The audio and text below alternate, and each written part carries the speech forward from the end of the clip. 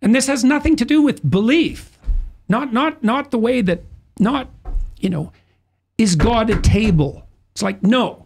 There, fine. Yeah. We'll deal with the materialist. Yeah. God does not have the same being as a table. He's not another piece of furniture in our ontology. Well, no one ever said he was. Right. There's not a claim like, in fact, just the new atheists, I think. The claim in the Old Testament constantly is that whatever God is ineffable and beyond being and becoming. Beyond. Yeah. Right? And Moses himself, he gets a glimpse of God in the burning bush, and he gets another glimpse. All he sees is God's back between, a narrow portal through two rocks, because that's all he can stand. Yeah. No one ever said God was a table. That's not the claim in the biblical corpus, not in the least. In fact, the claim is constantly God is not a part of the natural order, right? He's not Baal. Yeah. Right. Yeah. Right. I am who I am. Yeah, and I am who I am. I am who I was. I am who I will be. That's all in that phrase. It's the spirit that underlies being and becoming itself. It's the process that gives rise to being itself. And it's identical, as far as I can tell, with consciousness. It's the same thing, because that's what we do with our consciousness. We contend with possibility. We're not automatons driven by materialistic determinism. That's not what we're like. It's not even possible technically. You can't compute your way forward into an uncertain future. You can't use an algorithm to do that. Determinism doesn't work. That's not a theory. Yeah, okay. We know that. So if you're saying, if somebody's out there and like, I would like to believe in God if it's real. Let's say they just say that. Yeah, but you wouldn't. That's the thing. No, I don't know. I meet people who say, if God exists, I want to know that. I'm not The price is the cross. My point is, would you say to them, it's not about looking at philosophical arguments, it's about taking up your cross and following him. That's the quicker path to accepting belief in God than a philosophical syllogism. Exactly. No, it's a mode of being. Yeah. It's a mode of being. It's not a set of beliefs. We were completely wrong about this. You asked earlier why so many people in the intellectual realm are converting. It's because they've understood that. Ayaan Hirsi Ali said this explicitly. We got the question wrong. Does God exist? It's like, well, what? That's not the right question. The right question is, are you going to take your cross and struggle uphill? Because either way, it's faith. Either way. It's like, no. Okay. Well, then what? Then what? It's all about you. It's all about your whims. Like, what's it about then? What spirit is going to possess you if it's not that spirit? I'm repeating myself, and I apologize, but it seems to me that God could not exist, and it could still be the case that I can carry my cross uphill and that be beneficial to me. So why not just accept that? Or why not be open to that? Because the concept of God is something like the spirit of, what would you say, hierarchical harmony. It's something like that. This is a definition. So look, beneficial for you. No. By beneficial, I don't mean in a cheap, quick sense. I mean, I will flourish if I do this thing. But here's the offer God makes Abraham. Okay, so here's what the story signifies. Really, this is how the story lays itself out. So Abraham is a late bloomer, right? He's privileged. He's an overgrown infant. He lives in his father's tent. He's never gone anywhere. Peeled grapes appear for him magically, He's got everything. He's got the socialist utopia happening. And a voice comes to him and says, get the hell away from your zone of comfort. Get out in the world. Have your adventure. Get away from your father. Get away from your tribe. Get away from your people. Get out in the world. And Abraham says, okay. And he consecrates his adventure to God. Okay, God makes him an offer. It's a deal. Here's the deal. Now, you can think about this biologically. Okay, so imagine a child. A child is motivated to mature, motivated to explore the world. Why? Because the world calls to him and beckons, and the parent helps instantiate and develop conscience. And so the child is pulled out into the world, regulated by conscience, and called forward by the manifestation of meaning. That is a representation of the spirit that impels him towards development. Same thing in adulthood. Abraham decides he's going to live by the calling of that spirit. That's his decision. Okay, so what's the offer? Follow the pathway of adventure. You'll be a blessing to yourself. That's a good deal. Are you a blessing to yourself? No, I'm addicted to pornography. It's like, time for a better adventure there, young man. Yeah. Right. You'll be a blessing to yourself. you'll earn a well-deserved reputation. That's a good deal. Yeah. That's a good deal. That's the place you store the treasure that you store up in heaven, right? That's in the reputation that you have for ethical action with others. There's no better place to store your treasure than that. Right. That's the basis of communal existence.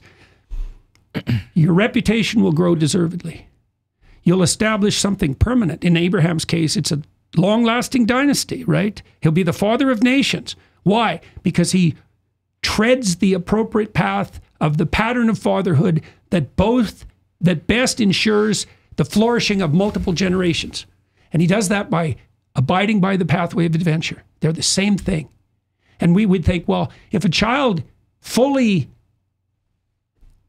followed the instinct that guides him to maturation, would he not become the best of all possible fathers? And would that not be the proper pathway for establishing a dynastic legacy? As a mentor and as an actual father? Mm-hmm.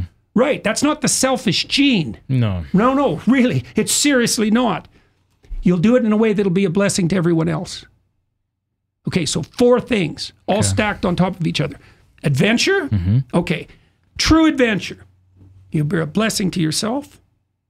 Your reputation will grow, and rightfully so. You'll establish something permanent and long-lasting that echoes down the generations, and it'll be good for everyone. Okay, there's a harmony about all that, right? There's a stacked harmony. Okay, the spirit of that harmony, that's God. It's a definition. Okay. It's a definition, you see. Yeah. It's not the only definition. I have to think more about that, because when I think of it's interesting. Thomas Aquinas is, of course, famous for saying, of course you can't know what God is. To know what something is, you have to define it. And to define something is to definite it, right? That isn't, so the Bible doesn't do that. It characterizes it. Right. Right. But I guess it's different. But if I was to give something of a definition, like it's kind of like when people say, well, who created God? That kind of question. To me, it's like, well, by God, I mean a metaphysically necessary being whose non-existence is impossible. So asking who created God is like saying, if your brother is a bachelor, what's his wife's name? It misunderstands what we mean by God. So I need to think more about what you just said. Well, okay, so the way the biblical corpus deals with that is it doesn't define God, it characterizes God. What's the difference? What does it mean to characterize? You use a narrative to characterize. Okay. And so God is shown like he's a complex object, let's say, and multidimensionally complex. That's the way of thinking about it. Very complex character. And so there's multiple snapshots of his character. Each story is a snapshot of his character. And the insistence, the monotheistic insistence, is that all of those characterizations speak of a unity. Okay, so I can walk you through some of the characterizations. So in the opening chapters of Genesis, God is the spirit that broods on the waters, the primordial waters of potential. Tohu vabohu, teom. It's not water. No, there's no water created yet. It's potential. It's the Leviathan. That's the other thing. It's the monster you cut into pieces to make the world. It's the giant you defeat to stabilize the social order. It's potential itself. That's what your consciousness confronts. You're not driven algorithmically. You have a field of possibility in front of you, and you navigate through it with a vision. That's how you live. That's what your consciousness is. That's why it's made in the image of God, and you have something to do. It's not trivial. You're shaping the world. You're co-creating the world, and hopefully as an emissary of God. God is the establisher of the moral order. He's the spirit that forbids human beings for taking on the right to define the moral order to themselves. That's eating the fruit of the tree of the knowledge of good and evil. It's like, no, you can do anything you want, but you do not get to define the moral order. This is why Nietzsche was wrong. Do you mind putting the microphone up to your mouth? Is that what you're saying? Just pull the mic up. You're fine. Oh, yep. Yeah, keep going. Nietzsche. Yeah, well, Nietzsche said, God's dead. We'll have to create our own values. Well, that's what Lucifer offered Eve. You'll become as gods, knowing good and evil. It's like, no, you do not get to define the moral order. Why? Because it's real. It's real. You get to ally yourself with the moral order. You get to arrange yourself in accordance with the moral order. If you usurp it, you do that as a consequence of Luciferian temptation. Truly. That's what precipitates the fall of man. I got to quote my friend John Henry Spann. He said this morning. He was talking to this individual who chose to sleep around. And he said, listen, what did you say? He said, you say it. It was really good. You can act as if... God forgives us. Nature does not. Yeah, God will forgive you. Nature will not. Right, well, yes, there's so that. you start That's engaging for sure. in these behaviors and you get the shit kicked out of you. And God will forgive you, but you still have to deal with the fact that you just had the shit kicked out of you. Yeah, well, that's the tale of the flood and the tale of Sodom and Gomorrah. It's like muck about.